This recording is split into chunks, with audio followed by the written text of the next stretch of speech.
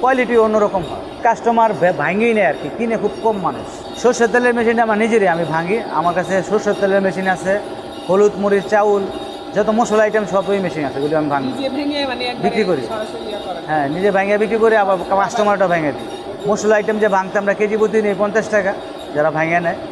আর আমরা যেটা বিক্রি করি পিওর হলুদ মরিচ, ওটা আপনার মরিচ বেশি 600 টাকা কেজি, হলুদ বেশি আপনার 500 টাকা কেজি, ধনিয়া 400 টাকা, জিরা আছে এটা 1000 টাকা কেজি।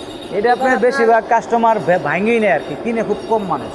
মানে মানুষ ভাঙিয়ে খায় বেশি, যে ভাঙিয়ে খাইতে এটা পছন্দ করে, যে নিজের হাতের শুকায় টুকায় নিয়ে আসলে ওটার কোয়ালিটি অন্যরকম হয়।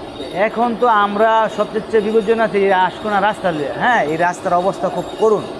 এই রাস্তা খারাপের কারণে, হ্যাঁ, এই রাস্তার কারণে আমাদের ব্যবসা নাই, বর্তমানে আমরা লসে আছি, খুব লসে আছি। যেমন এখন আপনার সাথে কথা বলতেছি, কথা বলার সময় আমরা পাইতাম না, বরাবর ছেলেটা আমাদের যেরকম থাকতো। এখন তো আমাদের কাছে কাস্টমার আসে না, কারণ গাড়ি ঘোড়া চলে না, তো সেজন্য কাস্টমার আসে না। কোনো আশা করার সিস্টেম নেই, উপরওয়ালা যাদের তাতে আলহামদুলিল্লাহ আর কি। চাউলটা হয় শীতকালে, চাউলের বাঙালি সিরিয়ালটাতে শীতকালে, যেমন শীতকালে আপনি 3 মাসে ভরপুর চাল ভাঙে, কাস্টমার পিঠা খায়, সবাই খায়। ঢাকা শহর তো গরম পিঠা বেশি খায় না, আদিস পিঠাটাকে ঢাকা শহর বানায় না। যেমন গ্রামের আঞ্চলিক পিঠা আছে ভাইজা বুঝা খায়, যেগুলা ফুল পিঠা, কলি পিঠা, ওইসব পিঠাগুলো আবার ঢাকা শহর খুব কম ব্যবহৃত, দেশ গ্রামে হয়।